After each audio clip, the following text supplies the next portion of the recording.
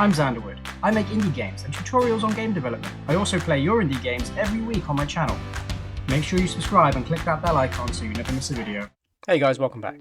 Not a lot's happened this week. If you've been following the channel and the Twitter, you'll have noticed that I've taken part in a couple of game jams at the same time, and made a couple of videos, or one video at least, with 2 devlogs combined in it. Go check it out, links in the description, if you want to see how crazy I really am. Anyway, on to the devlog. I'm pleased to announce that this Sunday, on John Bone, J-Bone, at JBoneDS, his Twitch channel, the Orion's Throne indie game that I'm developing will be being previewed live, so head over there, show some support, and check it out if you want to see somebody that's not me play through the game. It's at 7 PM UK time, and I for one can't wait. I suppose now is also a great time to give a massive shout out to my Patreons, James Welch, Selwyn, Basic Terror, and Foozle CC. You guys are awesome. Thanks so much for supporting my game dev journey. So in terms of my Orion's Throne devlog, as previously aforementioned, on Sunday, as in 2 days from now, J-Bone will be playing through level 1 of the game. So I decided to stop working on level 2A prematurely and make sure that all the bugs were out of level 1, because I didn't want him to be playing through the level and getting stuck and the game crashing and having to restart, and that would just be terrible. So I played through it a few times and I've realised a few things needed to be tweaked. Mainly the Employee of the Month interaction. So when you collide with this sprite here, it gives you an option to interact with the Employee of the Month board. And whether or not you have a marker pen or not will determine the interaction that you get. If you do have a marker pen, you get the option to deface this picture, which takes you through another series. So what I've done, and if I pull up the event sheet now, is I deleted all of the events in this event sheet. So everything that made this section work has now gone. And I rewrote it from scratch, because what I found, especially when some of the guys from the Discord played the game, is they'd skip through some of this stuff and it would be easy to kind of make mistakes and not really understand what was happening. So let me show you what it looks like now. So now when you get to the level, you get the option to draw the mustache, but it's very clear now the area of the picture that you can draw on. So I've added this sprite in which shows you the area. So it says draw a mustache, press E when you are happy with your design. If you make a mistake, you can right click. So that's something I added in. So now if I draw something and I make a mistake, I can now right click and restart and try again, which is great because, you know, I like to give people the option to make mistakes because, you know, that's kind of what life's about. So I can draw my mustache and I can press E, but one thing that I have added is if you don't draw anything but you accidentally get kind of E press happy and you keep pressing E a bunch of times, nothing will happen. You have to draw something in order to enable that command to work. So now if I draw my nice curly mustache, beautiful, I can push E and now it will go on to the next bit of dialogue. So the box disappears, you can see the picture. It says maybe you need some funny glasses, and you can choose to add or say it's fine as it is.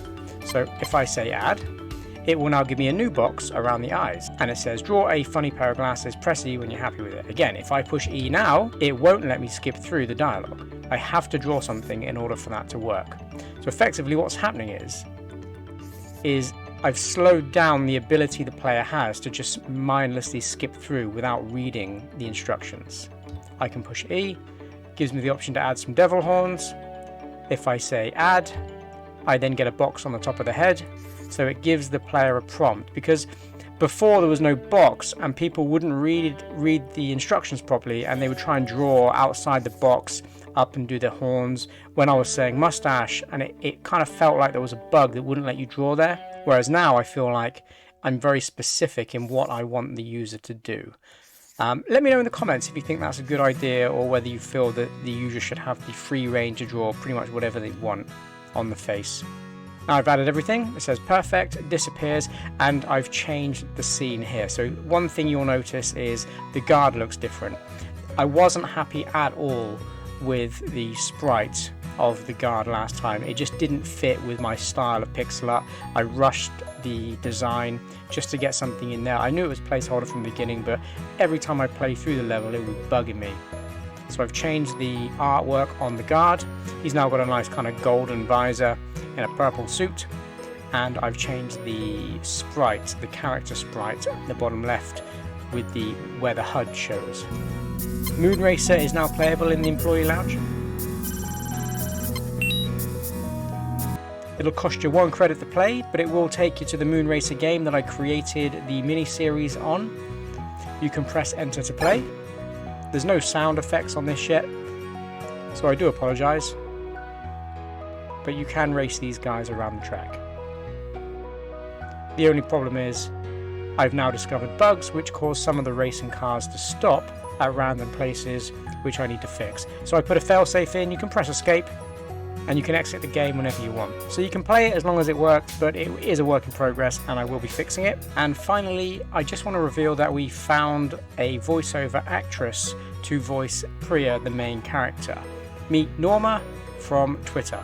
Voice actor, lady gamer, seeker of new adventures, and now Priya in Orion's Throne. I stumbled across Norma on Twitter, discovered that she was a voiceover actor, and asked her to send me a couple of sample clips to see if she would be right for the part. And I'm so pleased to say that we have absolutely found the perfect voiceover for the main character of Orion's Throne. So we couldn't be happier with the quality of that audio. This will be now the voice of Priya, the main character. Looks like it requires a password. So those kind of lines, those one-liners, they're going to appear. So for example, when you get to this main terminal here, if you don't have the password, it's going to give you voice prompts. There's also going to be interaction text. There's going to be a whole bunch of stuff. So I don't want to spoil it now. It's going to be in future devlogs.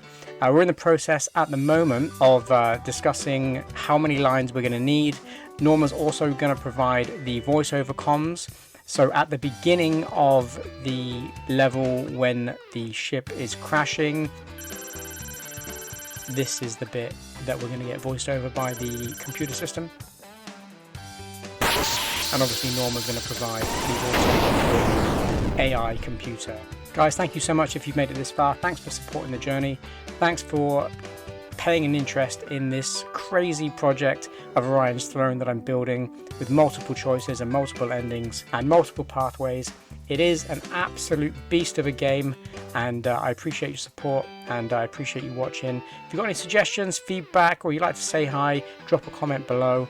And if you're enjoying the journey, or if you like anything I'm doing on the channel, please do consider leaving a like and even subscribing. It really does help keep me motivated. Until then, my friends, I will see you in the next episode.